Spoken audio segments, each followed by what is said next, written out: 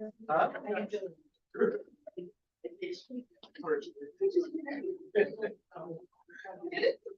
Thank you.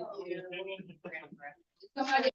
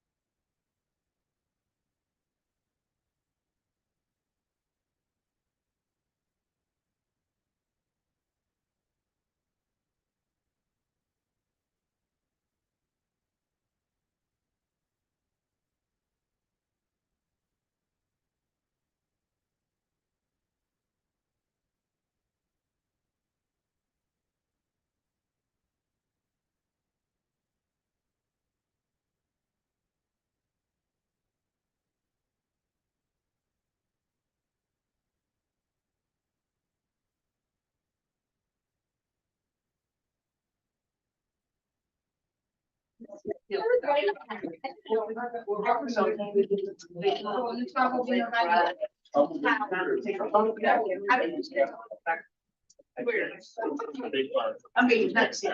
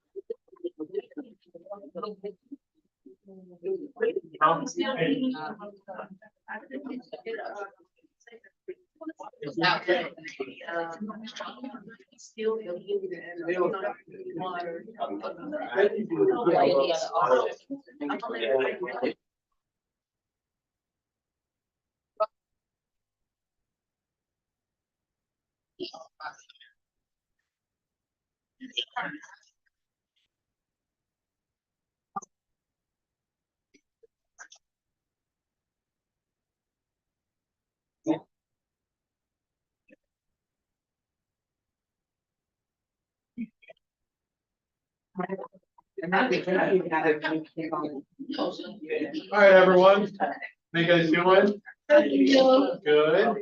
So we're gonna get started. I appreciate you all coming out this evening. I believe it. This is truly a good cause. I think having this.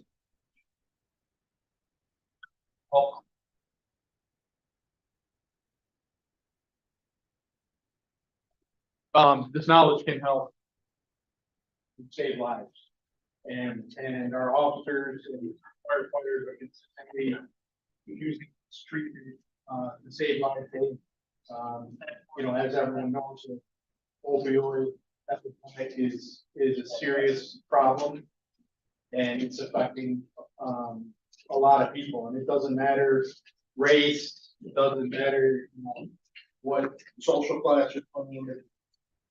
You know, people, doctors, lawyers, people are getting addicted to opioids.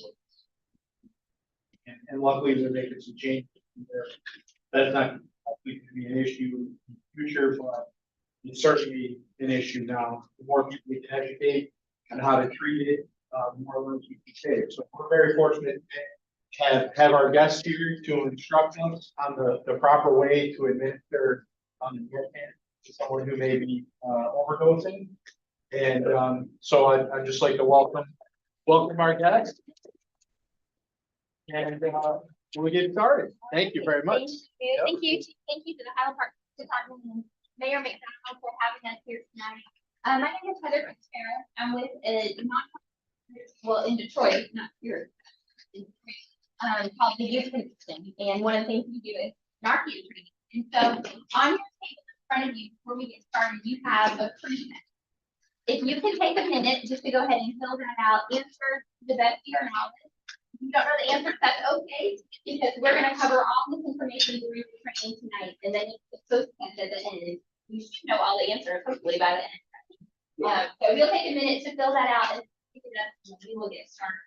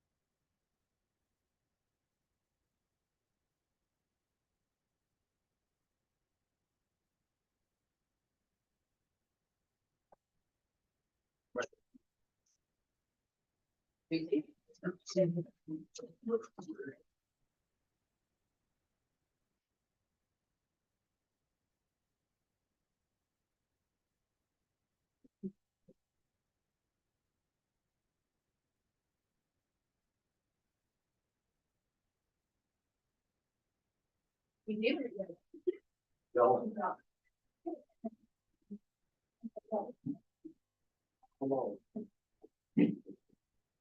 Yes.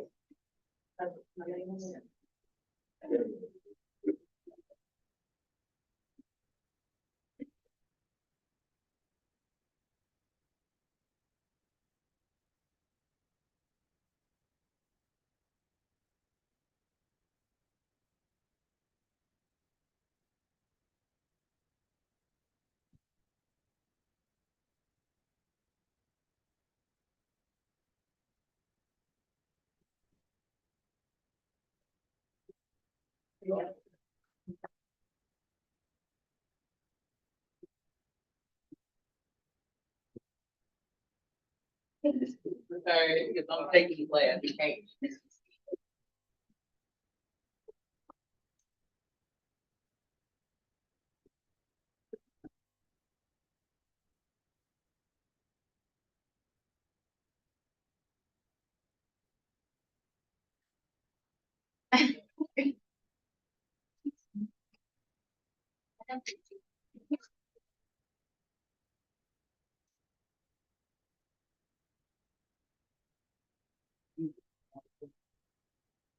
Thank you.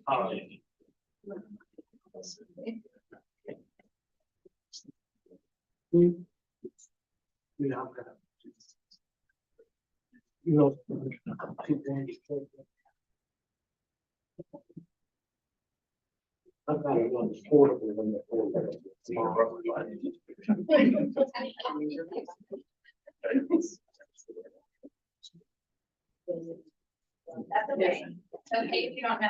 You don't have, don't look them up. Just, if you don't know it, just put don't know.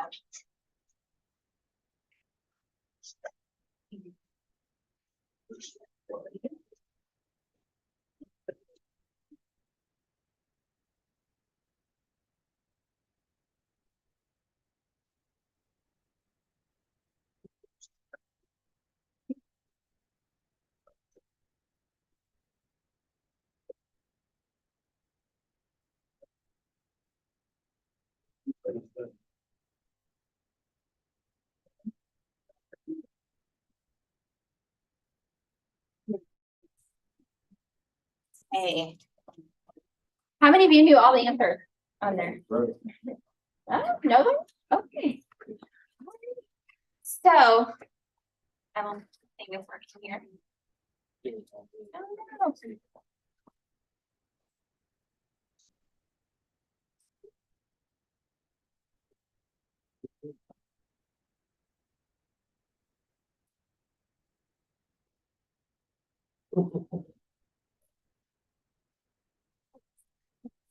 How many of you knew all the answers on there? This stopped working. Nope.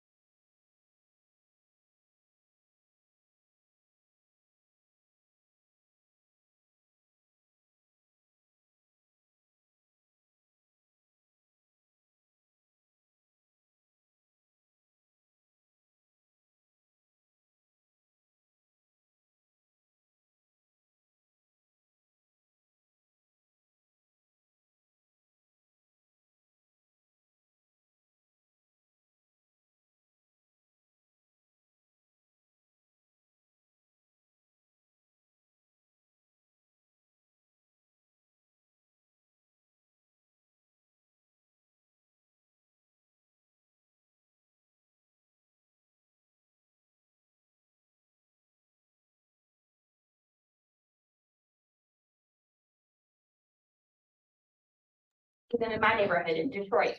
And this is something that we want everybody to be able to respond to it, to know what to do. How many of you have witnessed an overdose before?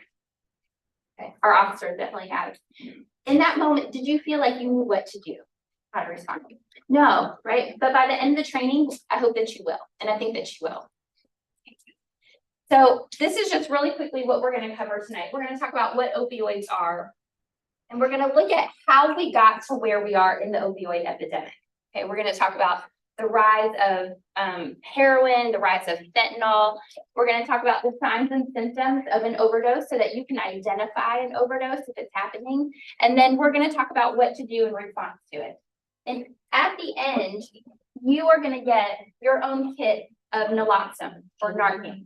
So you're gonna leave here, you're gonna have 2 doses of Narcan, and you're gonna know what to do with it, okay?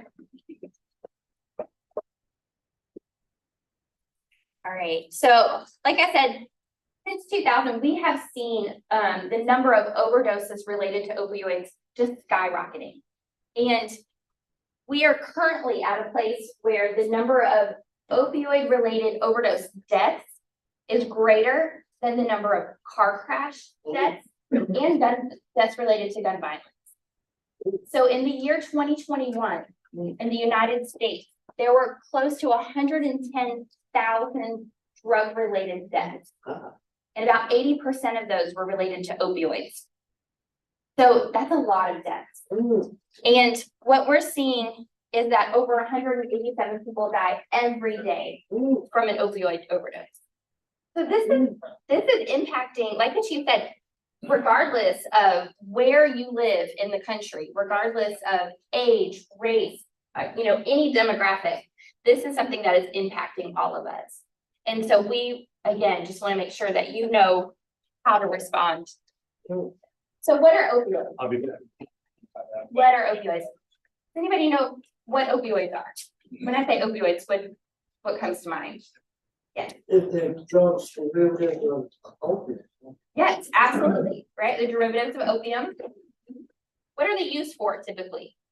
Pain, exactly. So opioids, they are chemically related to, in our brain, we have opioid receptors. And so what those do is whenever we take the opioids, they're painkillers. They're very strong painkillers. And when they come, they're derivatives of opium. And whenever you take them, they come and they sit on those opioid receptors in your brain. And they do what they're intended to do. They manage pain. How many of you have ever been prescribed an opioid before? Yeah. Do you remember what kind it was? No, somebody said Oxycontin, do you know what yours was? The hydrocodone, morphine, yeah. Did they work? They did, right? They do what they're intended to do. They manage pain. But they also have some other side effects.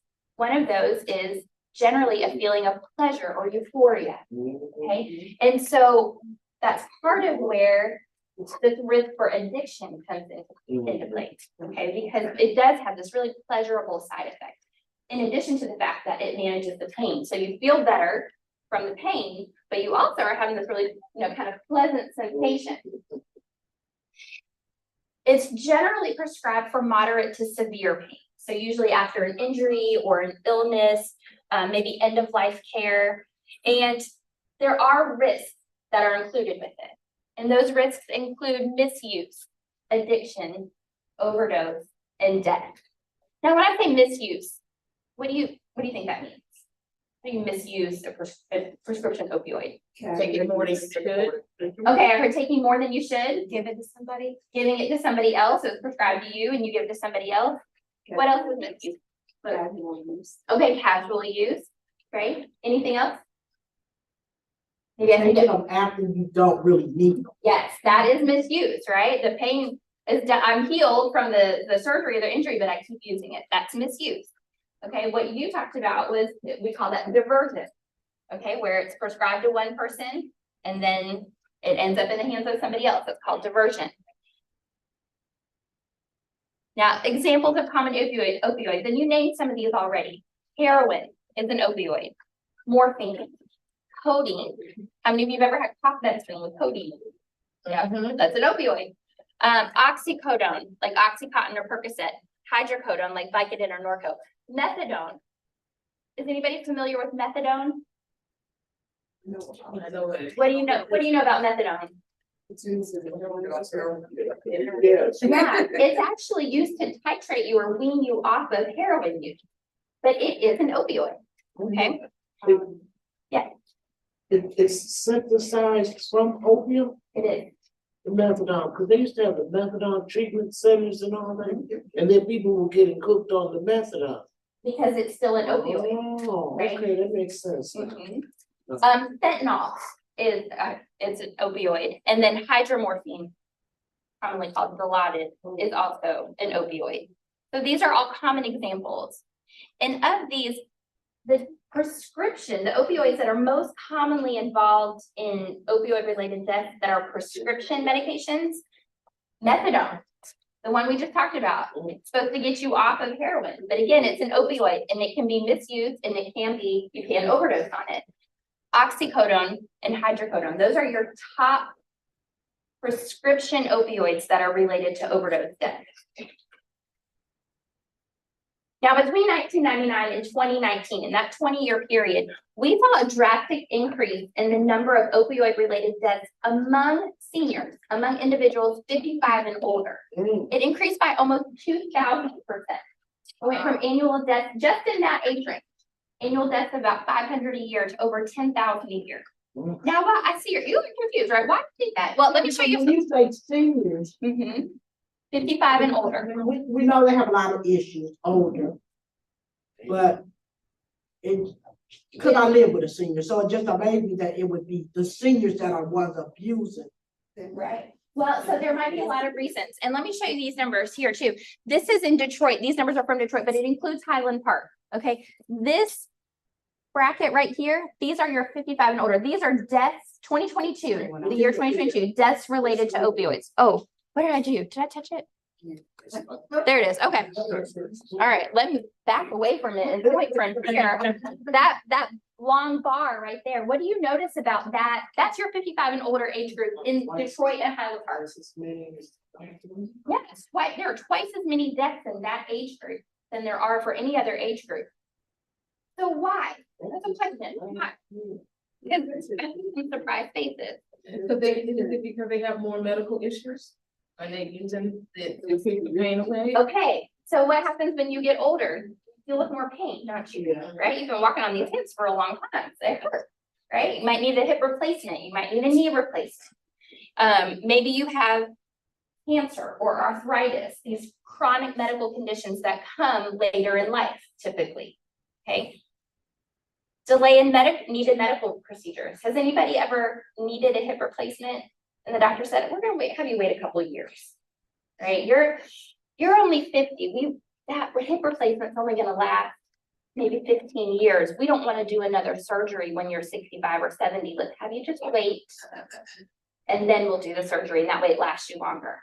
Well, in the meantime, how do you manage the pain while you're waiting for that replacement? They give you some pain meds, right? Typically, they're going to be opioids.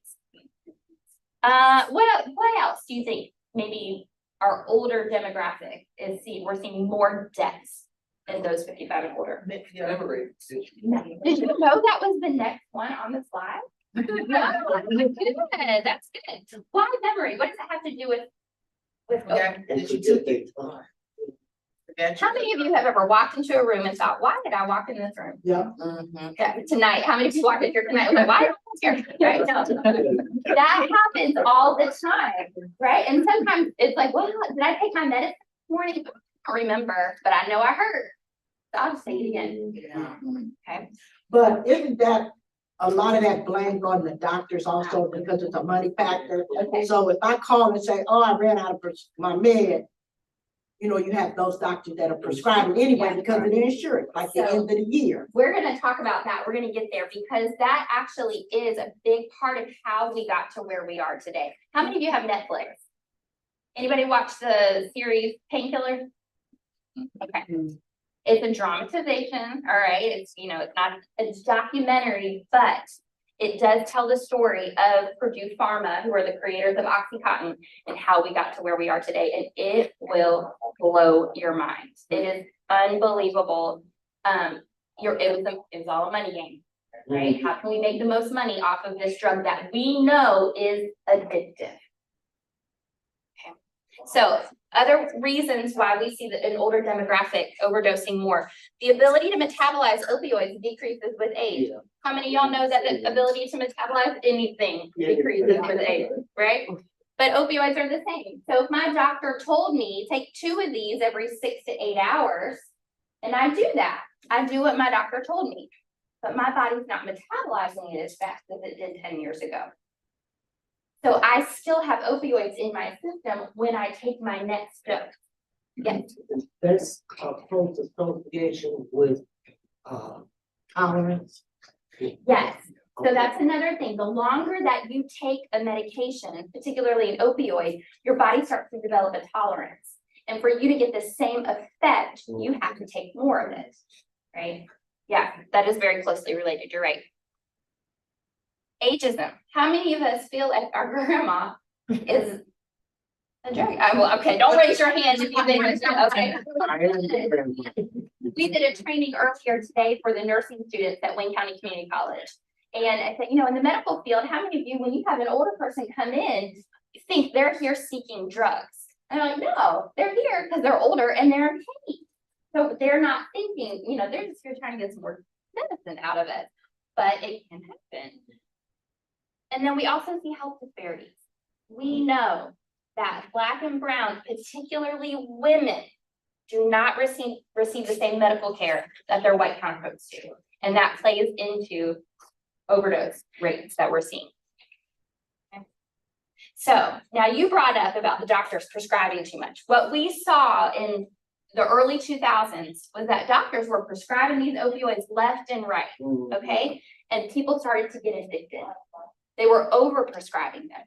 Well, now that there has been a lot of spotlight shown on what's happening with the addictiveness of these opioids, they changed the guidelines. It used to be that you could get a 30, 60, 90-day supply of OxyContin. No questions asked. When you run out, call us. We'll send you more. My best friend in 2012 was in a car accident. She broke both of her femurs and had part of her small intestine removed. A month later, she left the hospital with a fentanyl patch and a bottle this big of hydrocodone. And they said, whenever you run out, just call us. We'll send you some more. They don't do that anymore. That has changed. Now, if you go to the doctor, they might give you a 7-day supply. They might give you a week's worth of an opioid. And then when you run out of that, you can't call them and say, can you call this into CVS and I'll go pick it up? No. They say, you guys come back in here. I need to lay eyes on you. And then maybe I'll renew your prescription. So let me ask you a question. I've been waiting on this hip replacement for 5 years. I've been on these pain meds for 5 years. Now I can only get a week's worth. And then I got to go back to the doctor. What is happening to our population that has developed a tolerance and that has become physically dependent on an opioid? What are their options? Get it off the street. All right, so let's play a little game. Okay, I want everybody in here to imagine for a minute that I'm your mom. Okay, I'm your mom. I have aged very gracefully. Right? I'm your mom. You're all my sons and my daughters. Okay, now if I came to you and I said, son, you have a doctor's appointment next week and I ran out of my pills, but I'm going to the doctor. Have you waited? It's next week.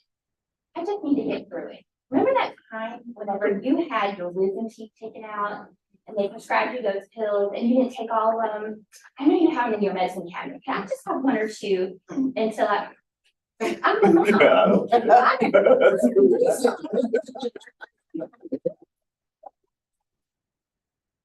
They never got that. Oh, no.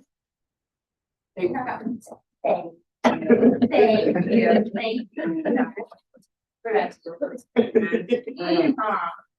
This time she was sick and I need you to and I took care of you. You just got 2 from her, so you good.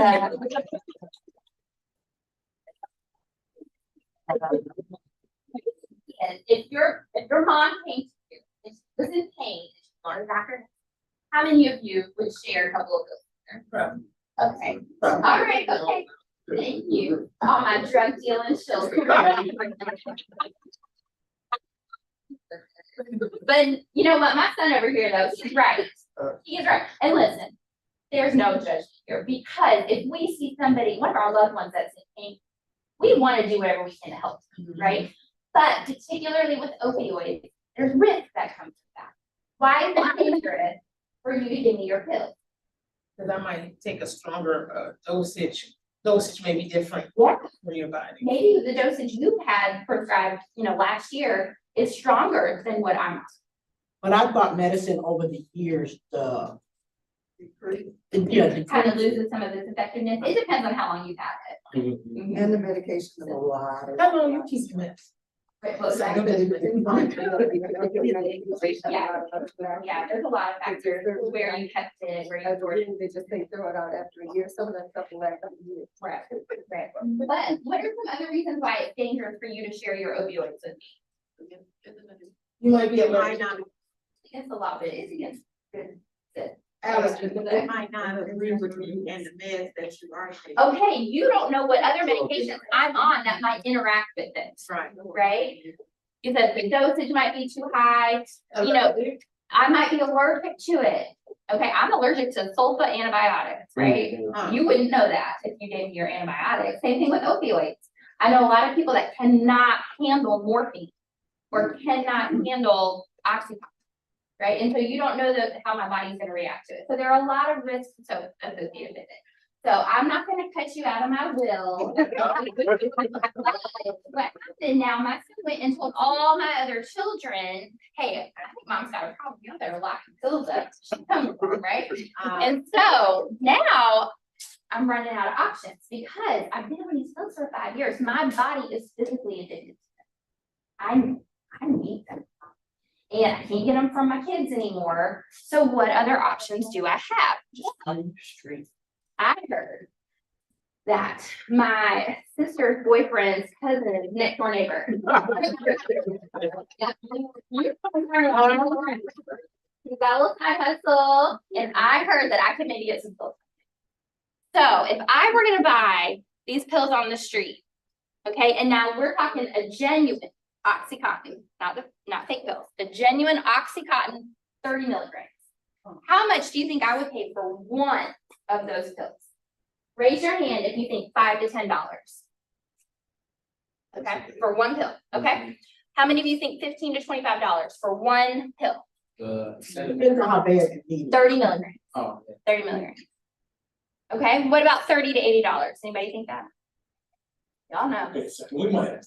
Yeah. How do you know so much? What? Don't look at me.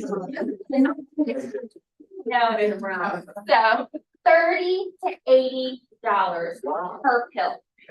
Typically, now this is information that we got from the DEA, but we did this training for some of our youth over on the east side of Detroit.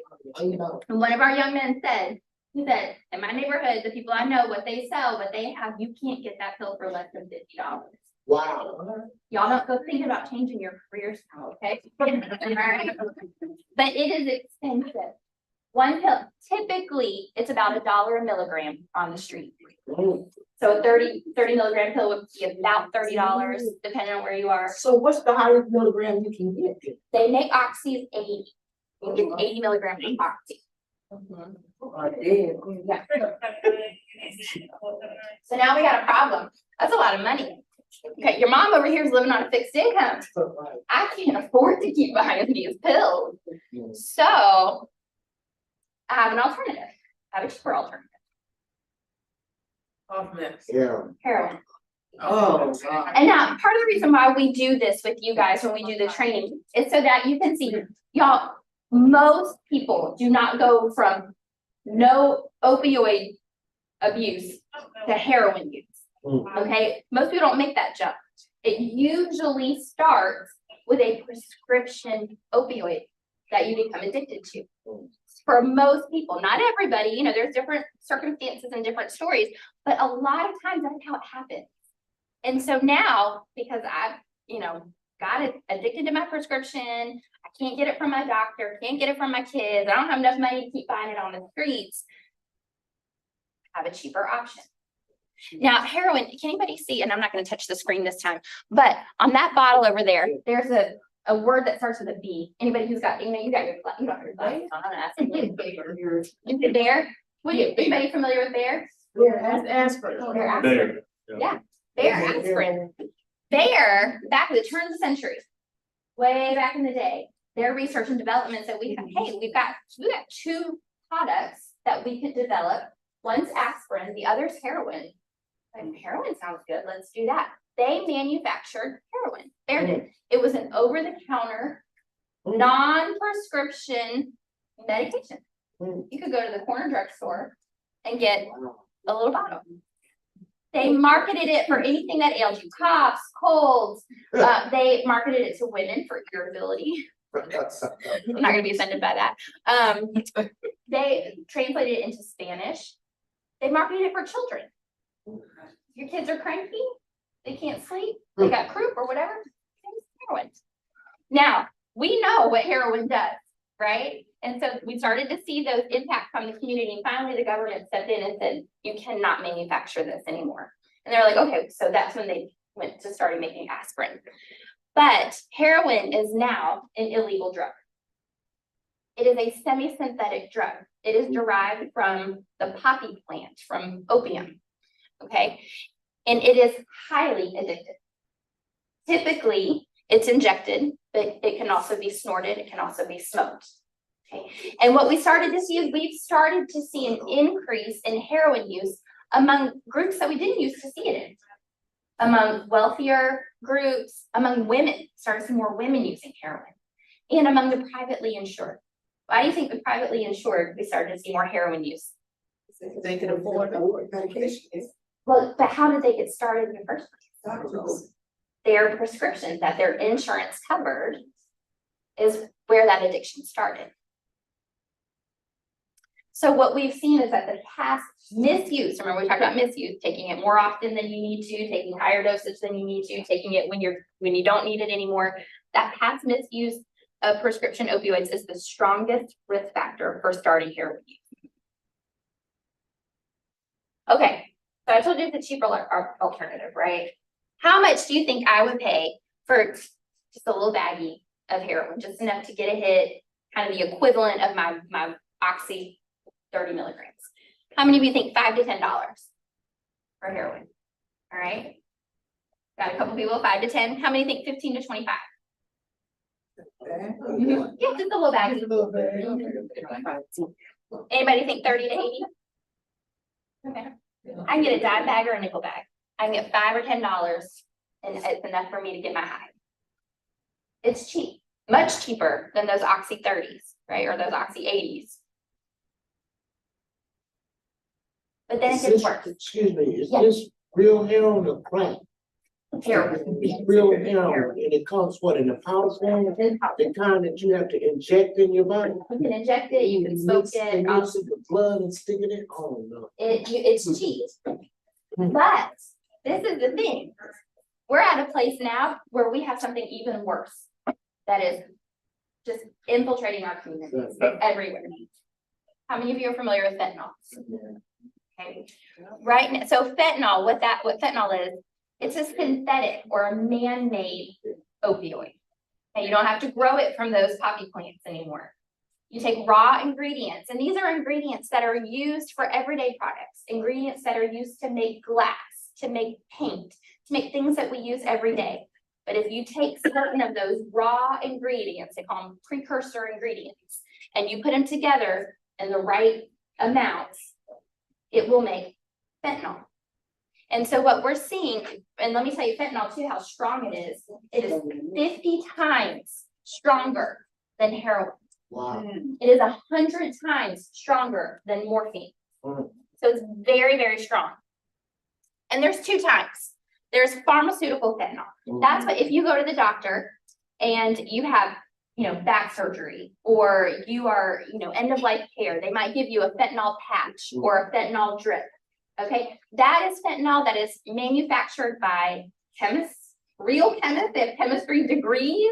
They know what they're doing. They have the right equipment to produce this. And every dose that you get, you know exactly what it is. It's exactly how much they tell you that it is. And it is given to you under the care of a medical professional. That's pharmaceutical fentanyl. Then there's non-pharmaceutical fentanyl. And that is what we're seeing in a lot of in our communities. Okay, we're seeing everything, and you know, our police officers can back me up on this. We're seeing everything being cut with this. We're seeing heroin being cut with fentanyl. We're seeing cocaine being cut. Is Trank making its way down here too? Yeah, well, I'll mention Trank, because it's not actually an opioid. Yeah, no, Okay, I know it's mixed with that. yes. Uh, Yeah, so I'll come back, don't let me forget to come back to that. But fentanyl, we're seeing all kinds of things being laced with or cut with fentanyl. And a lot of times people they might know that the heroin that they bought is cut with fentanyl, but they might not. Or they might buy a pill that they think is a Percocet. Or they don't even think it's an opioid. They might think it's Adderall. Or they might think it's Xanax. Mhm. And it's not. Ecstasy. Ecstasy. Okay, and what they're getting is fentanyl. And that fentanyl, I told you, you can get those raw ingredients, okay? There are 2 drug cartels in Mexico. This is the predominant way that all of the fentanyl that's coming into the United States is getting here. This is what the DEA is telling us, is that those raw chemicals, China has all of them. The cartels in Mexico are having them shipped to them, and then they put them together and they make fentanyl. And then they press them into these pills, these counterfeit pills. They've got presses that will make it look exactly like an Oxycontin 30 milligram, or an Adderall, or a Xanax. The DEA has chemists that can't look at it with their naked eye and tell the difference between the real and the fake. But it is not Xanax. There's no Xanax in it. There's no Adderall in it. It might be baking soda and fentanyl. And so what's happening too, well, let me show you this real quick. There's also another analog of fentanyl called carfentanil. Has anybody heard of carfentanil? No. Carfentanil is an elephant tranquilizer. Okay, Wow. It is meant for very, very large animals. Okay, it's not meant for humans. It is 10,000 times more potent than morphine. Ooh. I'm gonna touch this. This right here, this little beaker, that's the amount of heroin that if you ingested it, it could kill you. This middle beaker, that's fentanyl. Those little grains right there, that's the amount of fentanyl that if you ingested it, it could kill you. It's not very much, is it? This tiny little dot right here, can you guys see that? That's the amount of carfentanil that if you ingested it, it could kill you. It is incredibly potent. And there's not a lot of it that we know of on the streets, but we were actually at a training with the Detroit Police Department, and they have confiscated something they call Black Death. It looked like Legos, they'll make it look like all kinds of things, but it actually had carfentanil in it. So it is out there. But I want you to take, on your table, you've got a little black card. You have a sweet low packet. If you didn't put it in your coffee already, go ahead and take your sweet and low and pour it out onto your black card. Pour all of it out onto your black card.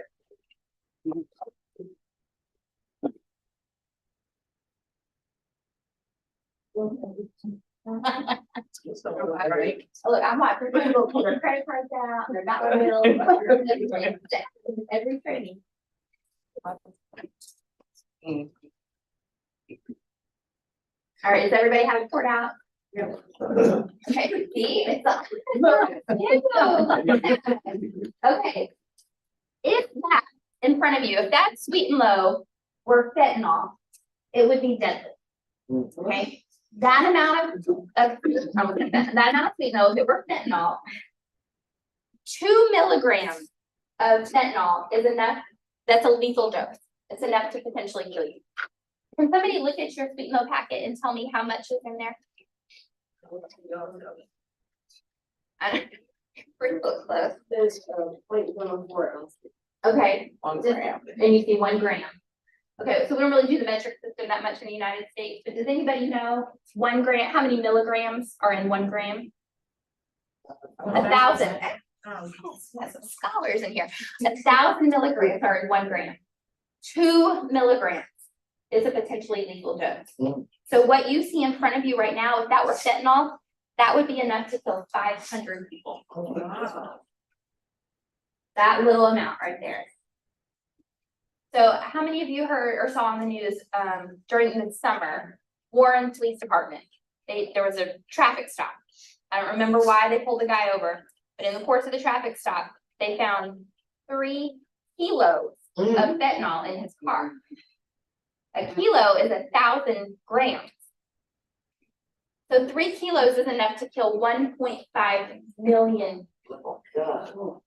To put that into perspective, the population of the city of Detroit, including Highland Park, is about 700,000.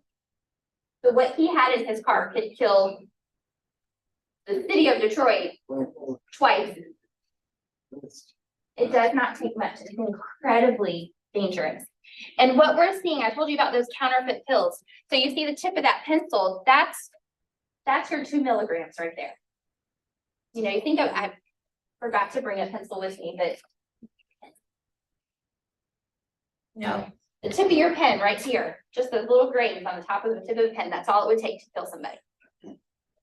And what we're seeing with the counterfeit pills is there's something called the chocolate chip effect or chocolate chipping. How many of you are bakers? We got some good bakers in here. You make chocolate chips? Chocolate chip cookies? Yes? Okay. When you make your chocolate chip cookies, does every cookie have the same number of chocolate chips? No. You're already shaking your head. No? Why not? Why didn't you get every cookie to get the same number of chocolate chips in it? What? Okay, well, what about this? Each cookie, maybe each cookie has a different number of chocolate chips, but they're evenly distributed in there, right? No. No? No. We always get the cookie where like all the chocolate chips are on one side, right? You know, or one chocolate chip, one cookie doesn't have any chocolate chips, and the other one is like the one everybody's trying to get who's got all the chocolate chips in it, right? That's what happens with our counterfeit pills. Okay, our street chemists, you know, our drug cartels, when they are mixing the fentanyl and they're putting together those counterfeit pills, it's not evenly distributed. And so the pills that they're pressing, you might get a pill that has no fentanyl in it, or a little bit of, you know, non-lethal dose, or you might get a pill that has a lethal dose of fentanyl in it. And they don't know. They couldn't tell you which ones are, you know, have a lethal dose in it. The DEA has confiscated millions of counterfeit pills. And right now, they said more than 7 out of 10 of all the counterfeit pills that they've confiscated have lethal doses of fentanyl in it. And even more than that, these chocolate chip cookies, you get a pill. So right now there's some legislation being passed in the state of Kansas called Cody's Law, or Cody Bill, Cody. It's named after a young man named Cody. And his story is not unique. The sad thing is his story, we are hearing this story all across the country. But Cody, so COVID happened, right? Everybody starts doing school virtually. They're at home. Then it's time to go back into the school. And Cody was a little nervous. And so he told his friend, he was like, hey, you know, I'm feeling kind of anxious about going back to school. And his friend was like, hey, I've got some Percocets. Why don't you come over? We'll just, you know, just chill out. The Percocet will help us relax. And so he's like, all right. So he goes over to his friend's house. And he's like, you know, I'm still feeling a little bit nervous about this. So I was like, no problem. We'll cut it in half. We'll say half. So they took one Percocet, what they thought was a Percocet. And that was not a Percocet. It was a counterfeit pill. They cut it in half. Cody's friend, his half did not have a lethal dose of fentanyl in it, but Cody's half did. And Cody died. And this is happening everywhere. Okay. What's the law?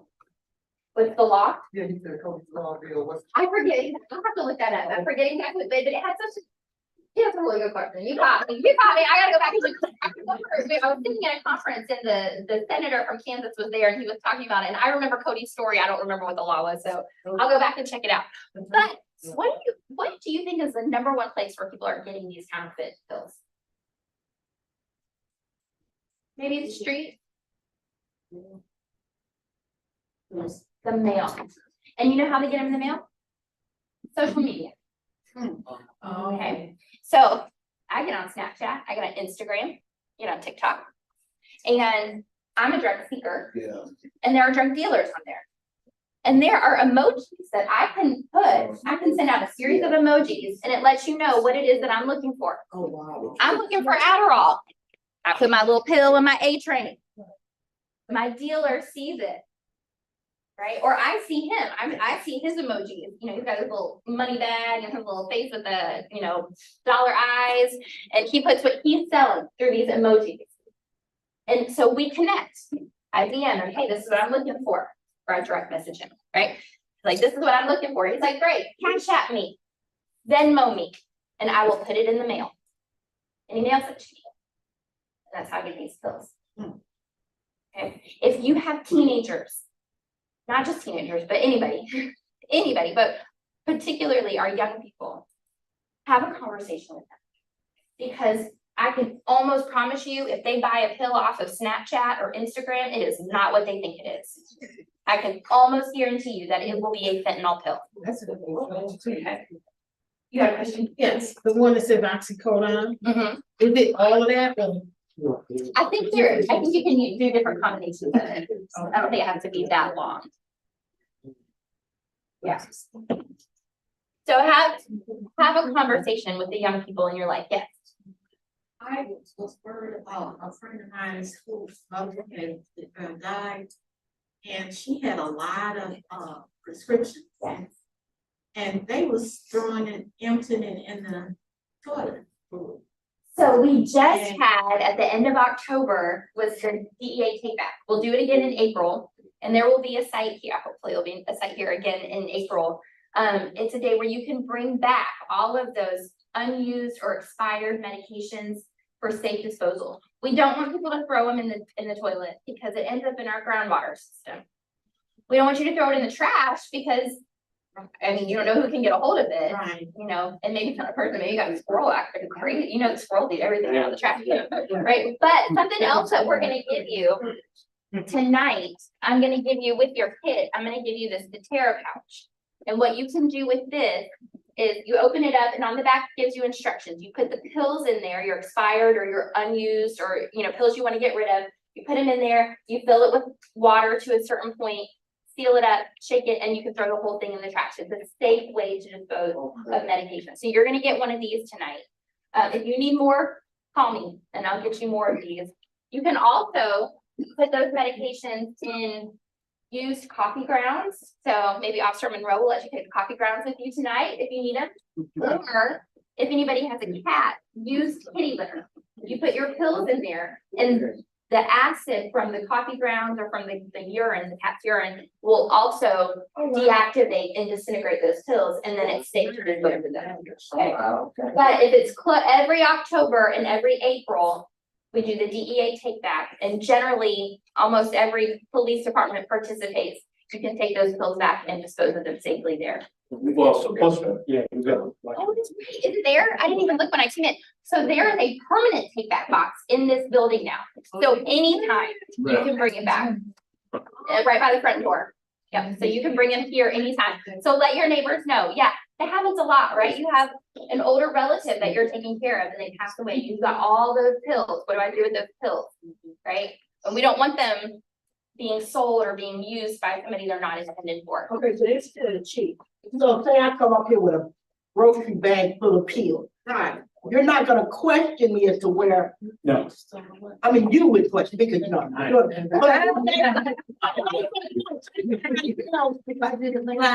I'll check her. Yeah, so we, this is it's a no questions.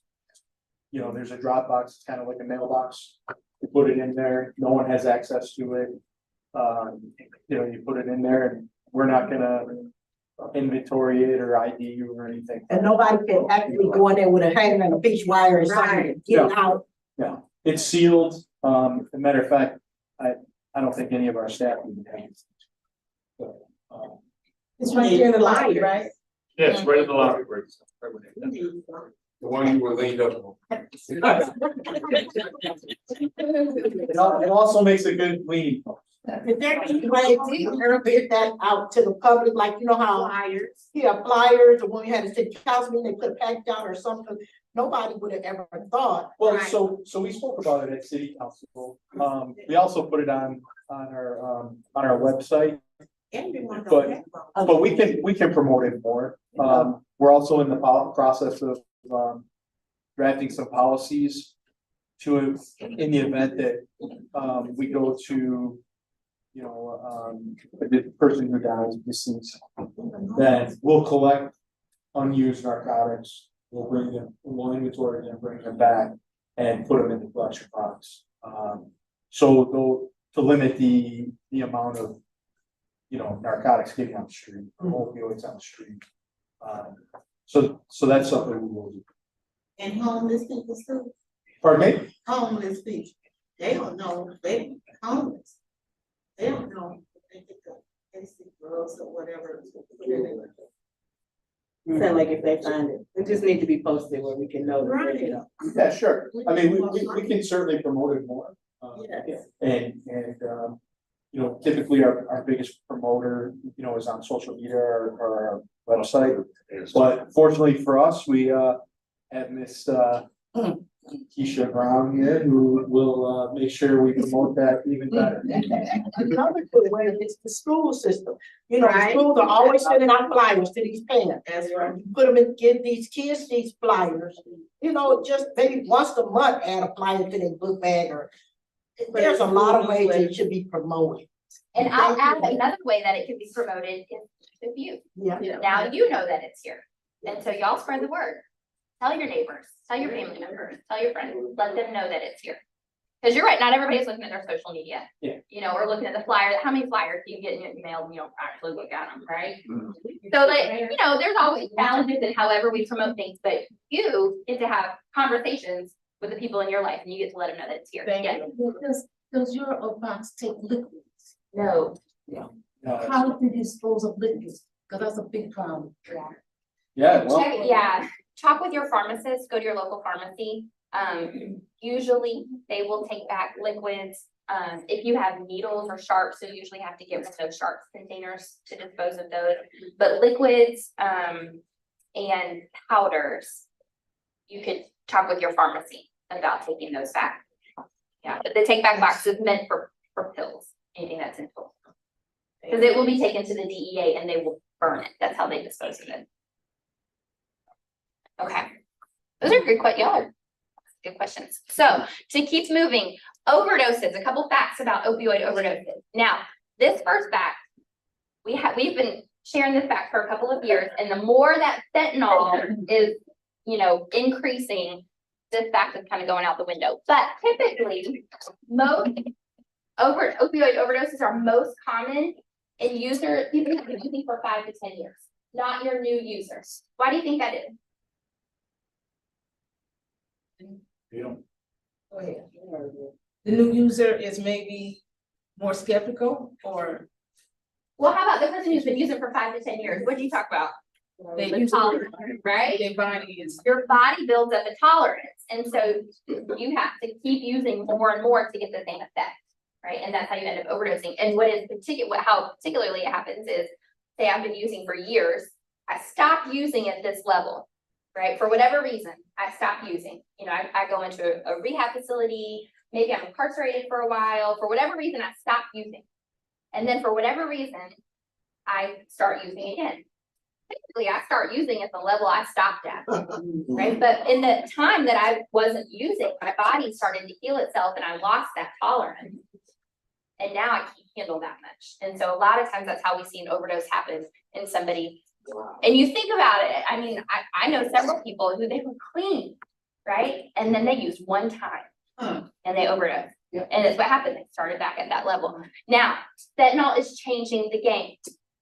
Okay, the DEA has a whole campaign called One Pill Can Kill, because what we're seeing with fentanyl is that we'll see somebody who used it for the first time overdose and die.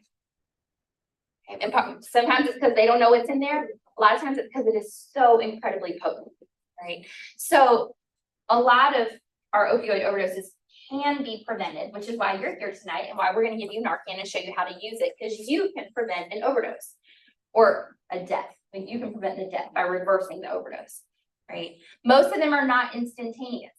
What happens is your body, it's a depressant. And so it starts to slow your breathing down until you finally stop breathing. That process can take 1 to 3 hours. Okay. And that gives you time to witness the signs and symptoms in somebody and then give them the Narcan. Now, fentanyl is happening faster, again, because it's much stronger. Okay, so you might not have as much time if it's fentanyl. And most overdoses are not happening when the user is alone. Most of them are happening, somebody is using with somebody else, or they use and then they're in the presence of other people who can see the signs and symptoms, and there's a chance, there's time for you to actually reverse it with the Narcan. So this is it right here. This is our tester, so it's yellow, but this is all that it is. This is Narcan or naloxone. Narcan is the name brand for it. It's a nasal spray. It is very, very easy to use. It used to be a needle. It used to be like an EpiPen. You had to take it out, put it together, and stick it in them. So it's hard. Okay, but this is it's so easy. It's a nasal spray. How many of you have used nasal spray for allergies or sinus? We all know how to use it. Okay, so how this works. This is like the antidote to the snake bite. What it is, it reverses the overdose. So I told you when you take opioids, they sit on your opioid receptors in your brain, right? And what happens is, like I said, it starts to slow everything in your nervous system down. It slows your breathing down until you stop breathing. When you administer this, it comes in and it knocks the opioids off the receptors, and it sits on the receptors instead. It takes their place. And so once that happens, then your body starts breathing again because the opioids aren't depressing it. Okay. Now, this will only last in your body for 30 to 90 minutes. It doesn't last long. Okay, so it's enough to revive you, but in those 30 to 90 minutes, I don't know how much you have in your body. Okay, and so if your body hasn't metabolized all those opioids in those 30 to 90 minutes, remember the older we get, the slower that process is, then when this wears off, there is the possibility that they could overlap or overdose again. So what we recommend is that you call 911 immediately, and you encourage that person to go with EMS to the hospital and get medical treatment, because you don't know when this wears off, you don't know how much we're going to. And there is that potential to overdose again. You cannot get high on this. You cannot abuse this. There's no risk to using the Narcan. Okay. It only works on opioids. And so if somebody is overdosing on crack, if they are overdosing on meth, it will not help them. Yes. Yes, I was advised by my partner here that it causes an adrenaline rush. That's true. Okay, so what will happen is this. If I don't have opioids in my system, it won't do anything. Okay, but if I'm dependent on opioids and somebody administers the Narcan, what it does is it immediately puts me into withdrawal. Okay, because it eliminated the high that fast.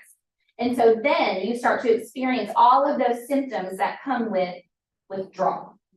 So if you administer this, I'm going to tell you, administer it and then back up a little bit, because any of our officers in here administered it to somebody? What was there? What happened to the person? Okay, so they went like that. Okay. We do a speech. You can demonstrate for us? Yeah. Did anybody vomit? I've seen them like cough and gurgles. Okay, But sometimes. never Okay, sometimes that happens. Vomiting can happen, diarrhea can happen. They might get you would think they'd be grateful, you just saved their life, right? And how do they go? And they didn't put that money, $80 on it.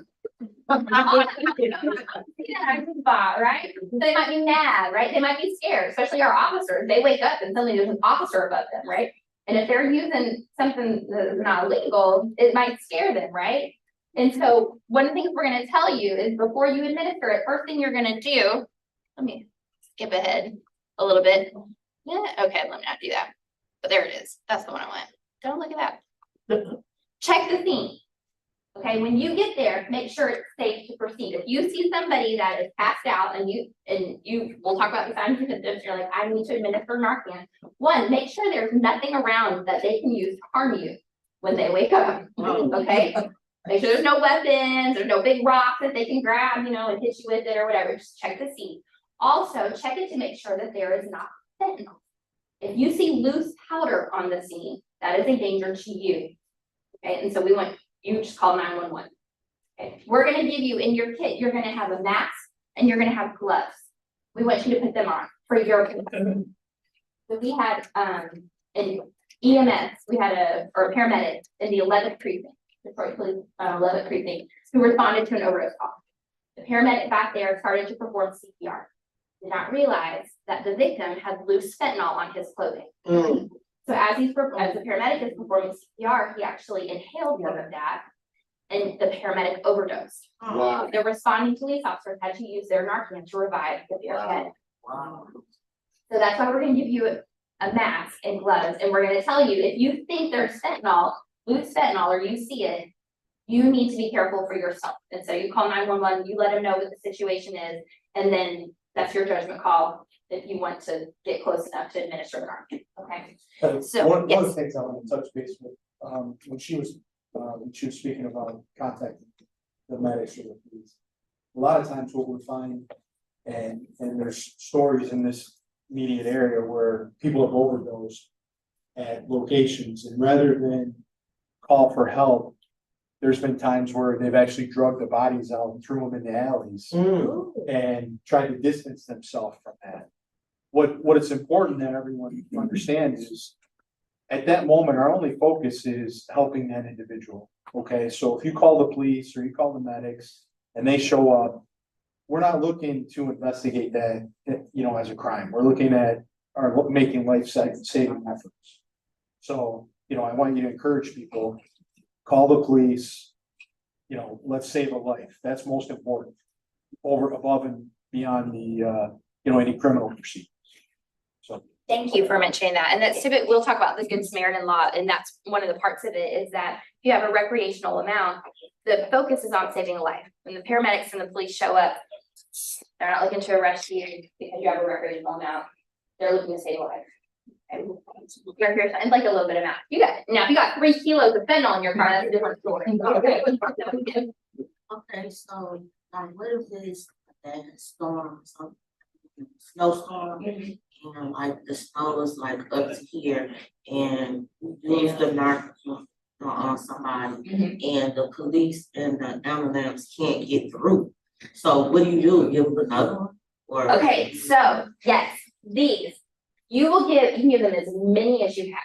Okay, so what we're gonna show you, in fact, let's go ahead, let me show you the signs and symptoms, and then we're gonna demonstrate it, and I'm gonna talk about how often and how many to give, okay? So signs and symptoms. When you have, like we said, opioids, what they do is they depress your respiratory system and your nervous system, okay? So what you are gonna, one of the signs and symptoms, let me move out of the way so you can see it, would be slow or shallow breathing or no breathing. Okay, now some of these signs and symptoms, it could be a lot of other things, okay, but these are, I'm sorry. Can that get bigger? Can that get bigger? You guys Or don't do you have a handout with that on there? I know, I wish I did, and I don't. I can send it out. I can make sure that you Take a get it. picture of it if you have. Yeah, if you've got your phone. Put email address on the sheet that you signed up, I can email them out. Okay. You can't print it off like that? Not right now. We'll just, if we get emails, we'll. So breathing, absent breathing, no breathing, shallow breathing, slow breathing, that's a sign and a symptom. Whenever when you're not breathing well, what happens is your lips or your fingernails or your toenails will turn blue or purple or gray. They might have cold or clammy skin. They might be dizzy or disoriented. Okay. What did I say? Oh, there might be this really strange choking sound. It is a really distinct sound. It's kind of like a gurgle, kind of like a snore. It almost sounds like a death rattle for anybody that's been around someone who is transitioning. It sounds like a death rattle. Okay, so you might hear that. And then one of your kind of dead giveaways of an opioid overdose is what we call pinpoint pupils. Now, this is a normal pupil, okay? Normal pupil is about that size generally. If you see something that looks like this, Wow. and my boss would say it looks like something out of The Walking Dead, which I've never actually seen The Walking Dead, but that's scary, right? You've got these very, very constricted, very tiny pupils. That is a sure sign of an opioid overdose. Okay, so if you see that, you can be pretty sure that that's what's going on. So now if you see those signs and symptoms and you think, I think this person is maybe overdosing on opioids. Again, we said you cannot harm anybody there's no negative side effects to using Narcan. So if they don't have opioids in their system, it's not gonna hurt them. And now it's not gonna help them. If they're overdosing on something else, this is not gonna help them, but it's not gonna hurt them. So if you're like, I think maybe that's what's going on here, err on the side of caution and give them the Narcan. Okay, all right, so this is where we get to show you how to do this. And I would love to have a volunteer. I won't make them here. If anybody else would like to come up and be a volunteer. I mean, you know, everybody. Oh, are you? We got a volunteer, yeah. So I'm gonna have you, here's my. I'll help you get up. I was thinking about this, right? Okay. How we get down here. You still. There's some chairs too, so. Okay. All right. Not okay. Oh, you know that our council person. That's right. Doing something good for the city. Leadership right here. Right. Okay, I come on the scene. And full disclosure, this is on. Okay. So, I come on the scene, and I think whether because I know something about the situation or I see some of those signs and symptoms. What were some of the signs and symptoms? Okay, so I'm like, ooh, she doesn't seem to be breathing. Okay, what else? Blue, yeah, oh, her lips, you look kind of blue. They look like Skin tone. okay, yeah, oh, yeah, you look kind of clammy and gray. This is not looking good. I'm gonna check her eyes. Oh, whoa, her pupils are tiny. Walking Dead right here. Not Walking Dead. Okay. So I think that this is an opioid overdose. Okay, I'm checking the scene. I'm making sure everything's safe. First thing I want to do is call 911. Okay, I'm gonna call 911 and let them know I'm with somebody who I think is in an opioid overdose. I have Narcan. I'm gonna administer it. Tell them where I am. They get all the information. Okay, if somebody else is with you, have them call 911 so that you can start to administer them. Okay. Now, what I want to do, I'm going to take my dose. It's going to come in. Let me show you actually what it comes in. It's going to come in a little packet like this. Okay. You're going to peel. Yes, expiration date. This one that expires June 2026. Okay. So you're going to peel it back, take it out, and then I'm going to kneel down. And I'm gonna put this, I'm gonna insert it into her nostril until it touches the tip of my fingertips, okay? I won't really put it in your nostril, okay? I'll just pretend. I'll put it in her nostril up until it touches my fingertips. And then I'm gonna press this plunger, okay? As soon as you press that plunger, there'll be a little resistance and then it'll go. And when that happens, every drop in it will come out. So make sure it is in her nostril before you press the plunger, okay? Do that, all right? And then I'm gonna step back, not see any response. Now I'm gonna put her, especially if I need, let's say that the ambulance, you know, it's snowing, I gotta go flag them down. I'm gonna put her in what we call the recovery position. All right, so what I'm gonna do is I'm gonna take, everybody feel free to stand up if you need to. I'm gonna take the arm that's closest to me and I'm gonna put it out here. Now remember, you are passed out, so don't help me, okay? All right, I'm gonna put it at a right angle like this. I'm gonna take her other arm and I'm gonna put it up against her cheek like this. All right. Then I'm gonna take her leg back here. I'm gonna lift it. Okay, you gotta help me a little bit. All right. So then her leg like this, and then I'm gonna use it to pull her towards me. Okay. Hope you're good. And then I'm gonna tilt her head back so that her airway is open. Okay. Make sure her foot is on this side of her so that she doesn't roll back over. Now, I can walk away from her to go flag down the ambulance, okay? But also, I've only given her one dose at this point. Now, it can take a few minutes for this to go into effect. If after 2 to 3 minutes, I don't see any response, I'm gonna get my second dose out of my kit. And I'm gonna put it in her other, I don't have to move her, but I'm gonna put it in her other nostril. Okay? Now, let's say Nikki and I are together, we both have a kid. We've got 4 doses now between us. We keep giving her those doses every 2 to 3 minutes until she revives or until the ambulance gets there. You do it until you run out of nerve, Can I be right? okay? Oh, yeah, please. You're lying. Please do. All right, yeah. Yeah. Thank you. That's not gonna work, okay. Thank you, you're welcome, thank you. Good job. Round of applause. Hey, that overdose, the person is unconscious all the time. Not always, not always, they might still be A kind of little disoriented, lethargic. right, Okay. yeah. But typically, you know, if it's time to use your Narcan, they're gonna Okay, be pretty out of it. okay. Okay, so you say you give us 2 in our kit. Right. Is it expensive to keep around? So, So I'm not doing Narcan- that on somebody. right, Narcan used to be, you had to have a prescription to get it, okay? And there were a lot of pharmacists in Michigan that were part of what they call the standing order, where you didn't have to go get the prescription from your doctor, you could just go to the pharmacist and they would go ahead and kind of write you the prescription. And that, but you still had to pay for it, or your insurance would pay for it. Now, as of this spring, it was approved by the FDA to be an over-the-counter medication. We're still waiting for it to really show up on shelves at CVS or Meijer, but soon you should see it on the shelves. So we're not sure exactly how much it's gonna cost.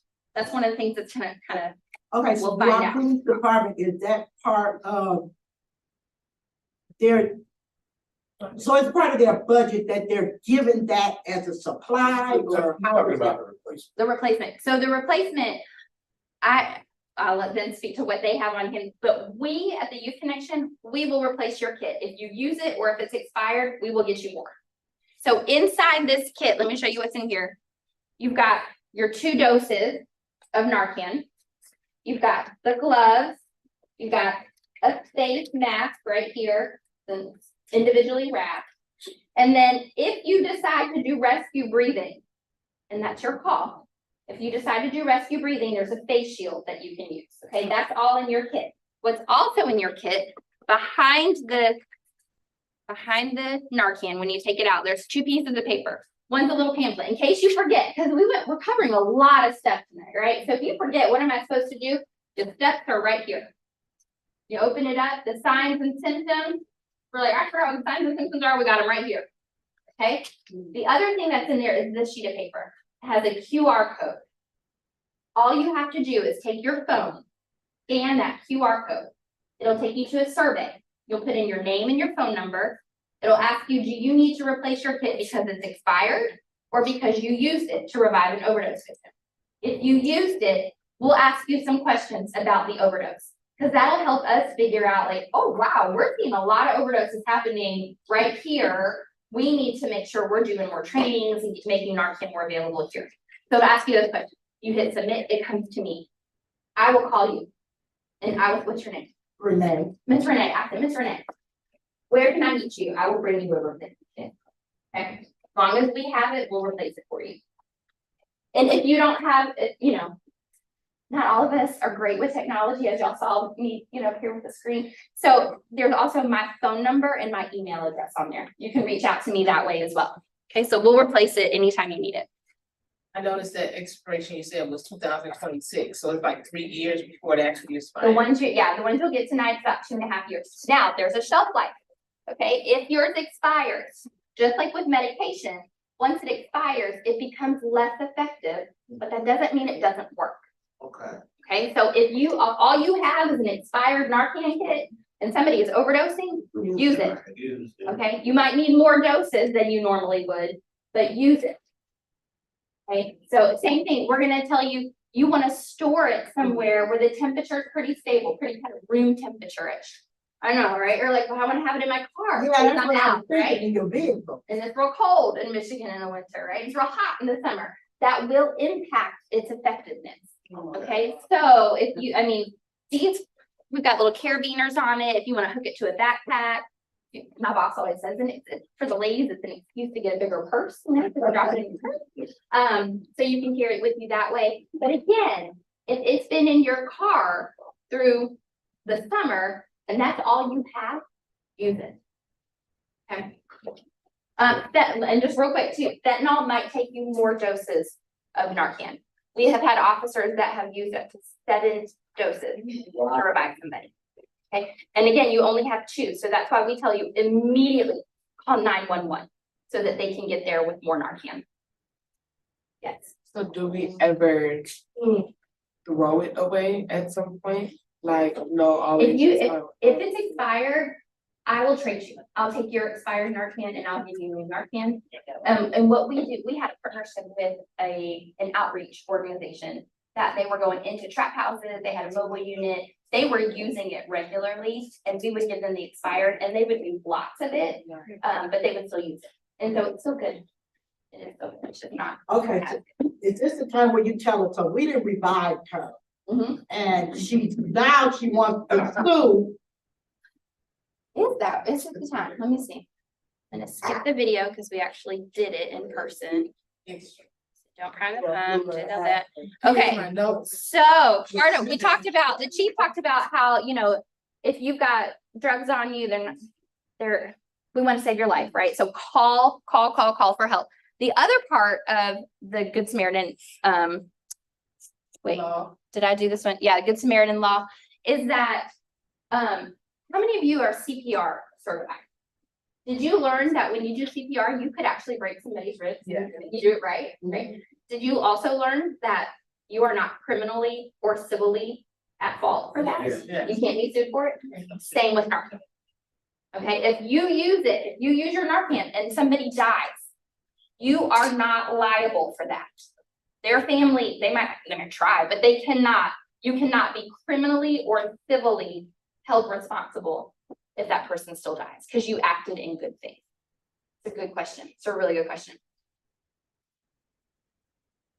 We talked about how it can cause withdrawal. Okay, so just be very careful, you know, just know that the person that you're administering it to might have some adverse side effects because of the withdrawal. Yes. So I might have missed it, but what's actually in it? Oh, wow, you are asking me all the questions that I don't know. You like a list of ingredients? Yeah. I'll email that to you. Okay. I'll email you the. I don't have them memorized. I'll just write it. Yeah. No, that is a really good question. I mean, honestly. Oh. Okay. I can look at actually, it's probably on the insert inside the actual ingredients. So, okay. All right.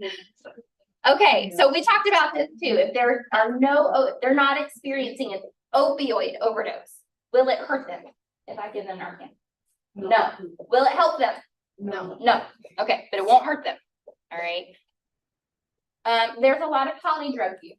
So maybe somebody is using heroin and cocaine. Maybe they're using heroin and alcohol, right? If that happens, the Narcan will only affect the opioids that are in their system. So it won't have any impact on the cocaine that's in their system or the meth or the ecstasy. It will only work on the opioids that are in their system. Now, one of the officers brought up something called Trink. There's something called xylazine.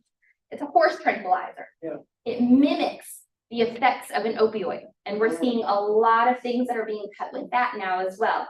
But it's not an opioid. And so the Narcan will not respond to that. Wow. So what might happen is you might have heroin that has this trank in it, and you give them the Narcan, and it will reverse, you know, the effects of the heroin in their system, but they still might seem like they're asleep. That's when you put them in that recovery position, you make sure their airway is open so that they can continue to breathe. That's scary. Who came up with the Narcan? This is really interesting. So I told you it used to be like an injection. These were originally used for the drug sniffing dogs, the narcotics dogs. I never thought about it. I was like, oh, they're sitting drugs all day. They overdose, right? And so they designed this for the dogs. But you know what I also learned? They don't put it under the nose. I'm just gonna leave it at that. They put it somewhere else. But that, and so then they actually modified it for human use. Okay, so back to Kate, and they're doing it for opioids. Why haven't they made something for the crack and the other drugs? You know, I'm not a chemist, Oh. so I don't know. I don't know how all that works, but we got this. We got this. Okay. All right. Those of you that have your cameras, this right here, I'll come to you. This right here. These are the mental health crisis hotlines for Wayne County, Oakley County, Macomb County. Okay. Mental health services include substance use disorder. Okay, so if you revive somebody, you stop and help them, you use your Narcan, and they're interested in getting into treatment, you can call the number of whichever of the counties that you're in, and they can help walk you through the process of getting that person the help that they need. Can I make a suggestion? Yes. I'm gonna be quiet. So the next training you do, I come from a Head Start setting, and they always have Workshop. flyers. Or like whatever you're putting on your screen, it would be paperboard.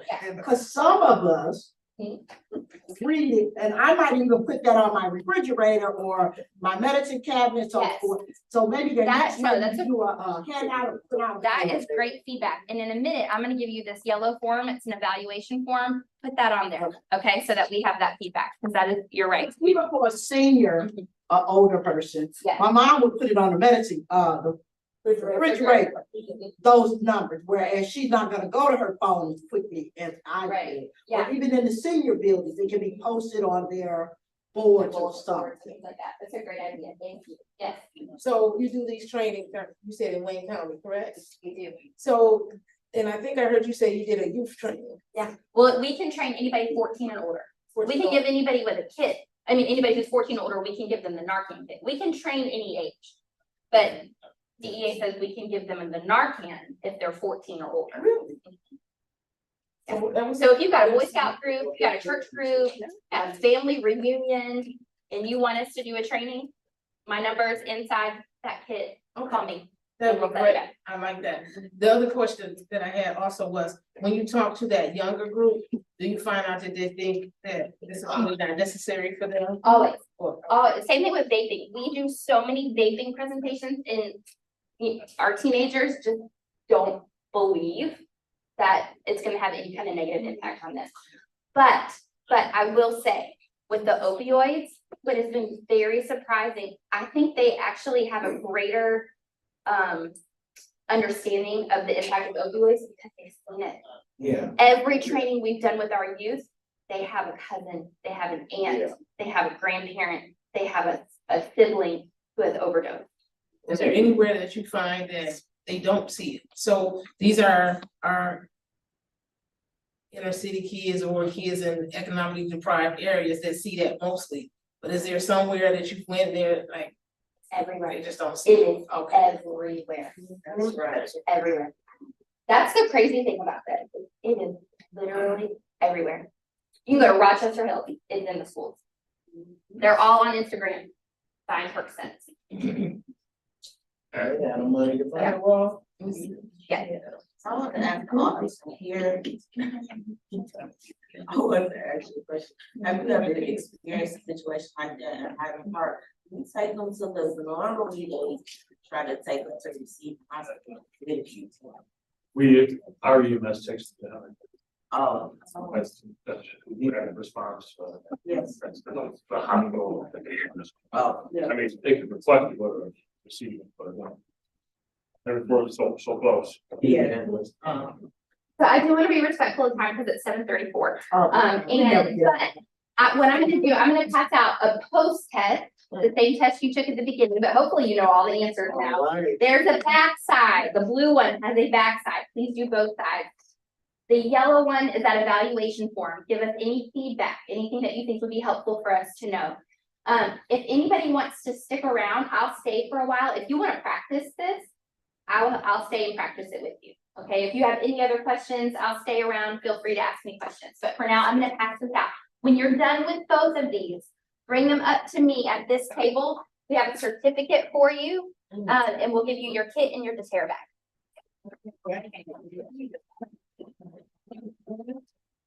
Thank you for coming. I know the chief is getting ready to say that, Oh, but.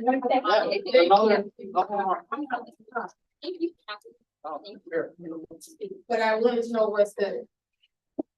Let's stay for a minute. Practicing though, I thought about that, the practicing piece, that when like the EpiPen. Yeah.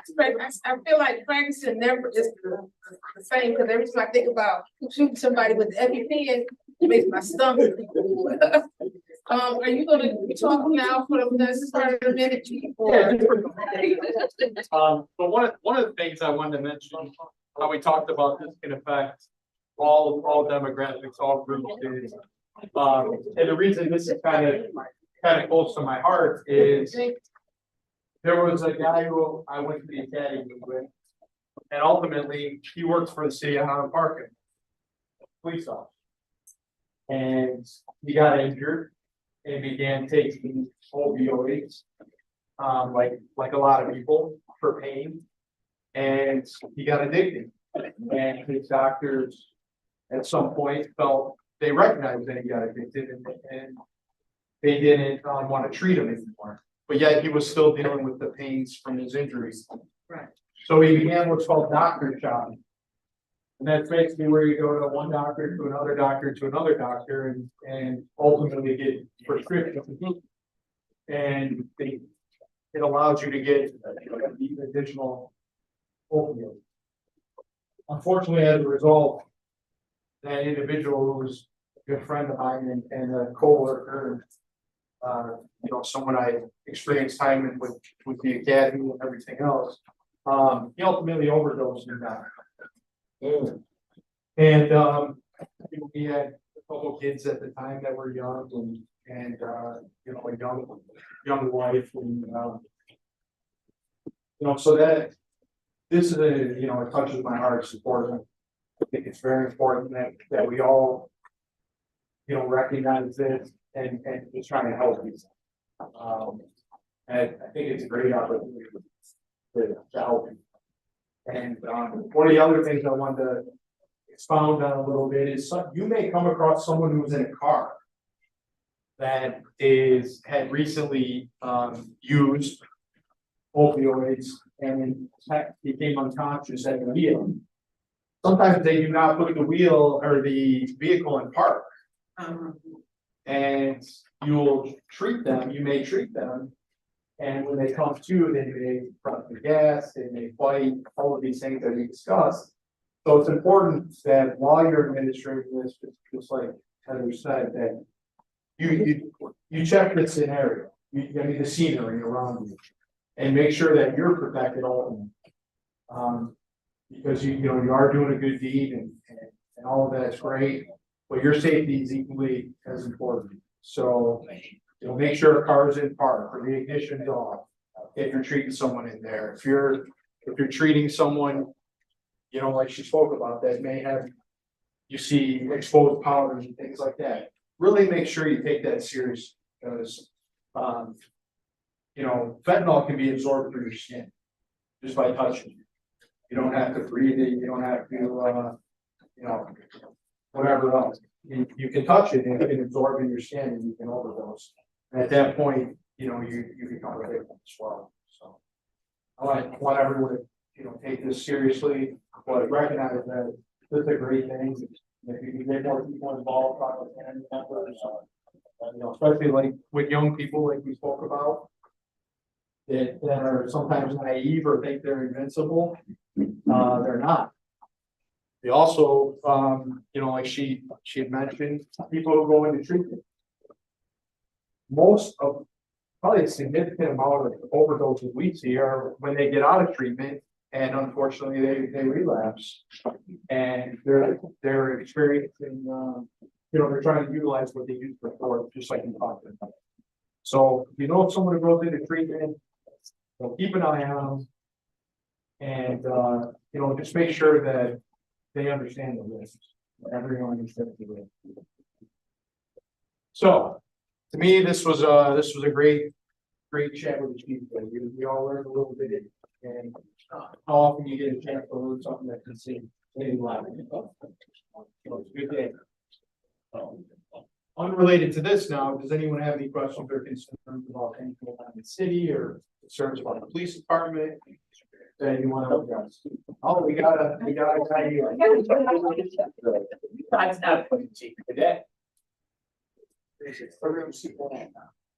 I was looking Yeah. That's revenue share. Here's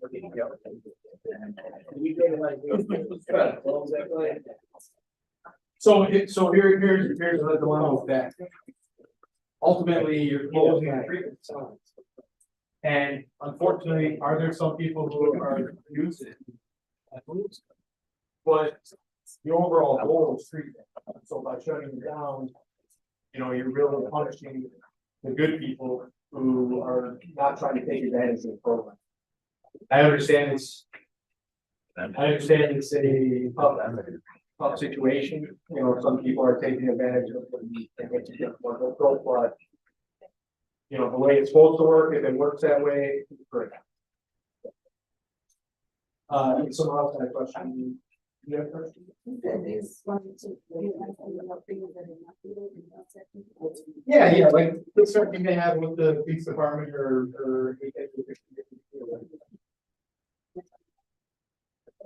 Absolutely. Yes, ma'am. Did I hear that you guys are going towards the So we are distributing, we're partnering with the local. And we'll be distributing applications for families to sign up for.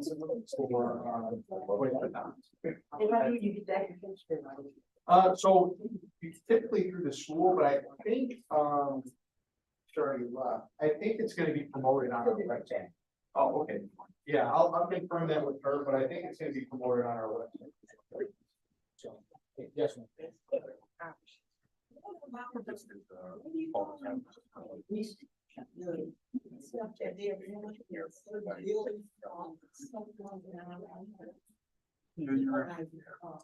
about the row house. Oh, like, marijuana facilities. Things like Yes, that. sir. Do you all think I'll know? So here's the thing, we're dealing with a difficult situation with that right now. The prosecutors are a little reluctant, you know, prosecute because the law is so good. You know, we dealt with a situation recently where the city was tied to a lawsuit for one of them. So what we're doing is we're making sure that we're working with the prosecutor's office, our local, agency, you know, our legal department, as well as, the state, to make sure that we're gonna handle those places accordingly and properly. So, Any neighborhood, no matter what county. Why? well, so everyone thought in the beginning that this was gonna be a huge revenue source for the community, okay? The problem is, just like with anything, when there's an abundance of it, there is no revenue. So what happening is, you have people setting up shop thinking they're gonna get rich overnight. Yeah. So they set up in all these communities, and they think, you know, marijuana is gonna be maker, and people are more lenient about marijuana. Because, you know, it's, you know, basically, at some point, you know, it'll be, it most likely will be legally federally as well as, state. But we're not quite there yet. Is there a number, chief, that they can call if they wanna tell you where one is at? So I'm gonna be honest with you, we, you know, I mean, this is public, I mean, we know where they're at. Okay, and we will be addressing them soon. And when we do, we will make sure that we address them accordingly to where they do not open. Unlawful. Okay, so I can only tell you that we're in the process of working on them. But, you know, there's no one sneaking by us if they think they are, they're very naive. Because, you know, anyone can pretty much tell in these places, especially by the investments that they make. So, to answer your question, we will be addressing those. Currently, we do not have, for those of you who know, the court struck down our ordinance. And so now we do not have a marijuana ordinance. So some people who are operating under the medical marijuana ordinance or medical marijuana law. However, there's local requirements that have to be done as well that many are not needed. So we will be addressing all of these in the very near future. And most likely we will be shutting them down. So it's still a lot of work for you guys, people that live. Pardon me? So it's still more work for you guys and the people that live with their children. Yeah, I mean, so some people look, it depends, some people look at it as a potential revenue source for the community that we can tap into and make money. Unfortunately, we're just not seeing that. And I don't know that it will ever reach that level, those levels again. Like I know Colorado had good success with it because they tax it. They tax it like crazy and they make money off it. It's kind of like anything else, like alcohol, cigarettes. At some point, I think it'll be like that, where we're gonna pay a federal or state tax and it's gonna be available. Right now, we're not to that point. We're not, there's no real benefit to the community or to the city at this point.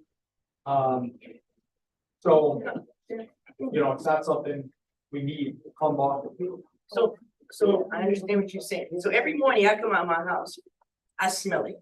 Every night I go in my house, I smell it. Not only myself, my grandkids, or da da da. So, okay, fine. Look out there in the back of the place, garbage is everywhere. Yeah. Garbage is everywhere. At least can we get them to get the garbage? Yeah, so things like that are other avenues that we can address. There's a lot of different avenues that we're exploring and we do research prior to making these moves. Okay, so one of them is utilities. We want to make sure they're not stealing utilities. If they are, they can have it in ordinance violations, such as buildings not being up to code or debris, like you said. A lot of the debris has because that's one of the marijuana in the garbage bags. I know this because the young guy that walk around with the bucket. He said it and be like, hey, take it up here.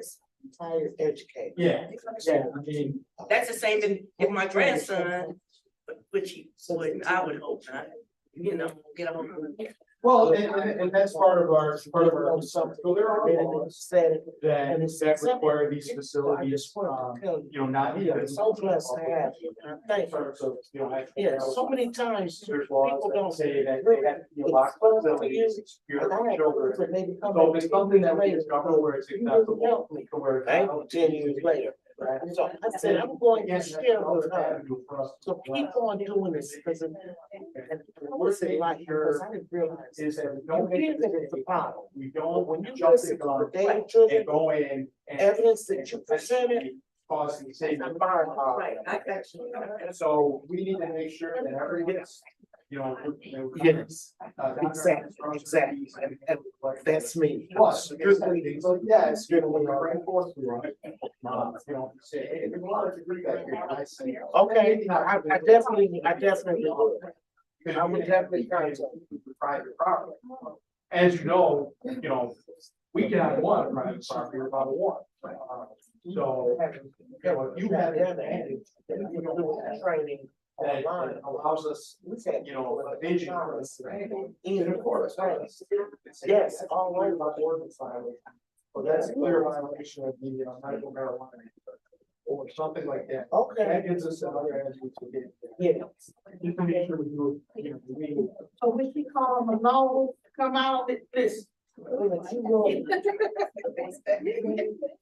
I was hearing whispering in the ears. But you know, there was several people, he came on my property in my backyard, and he was able to witness what was going on. So he was my house.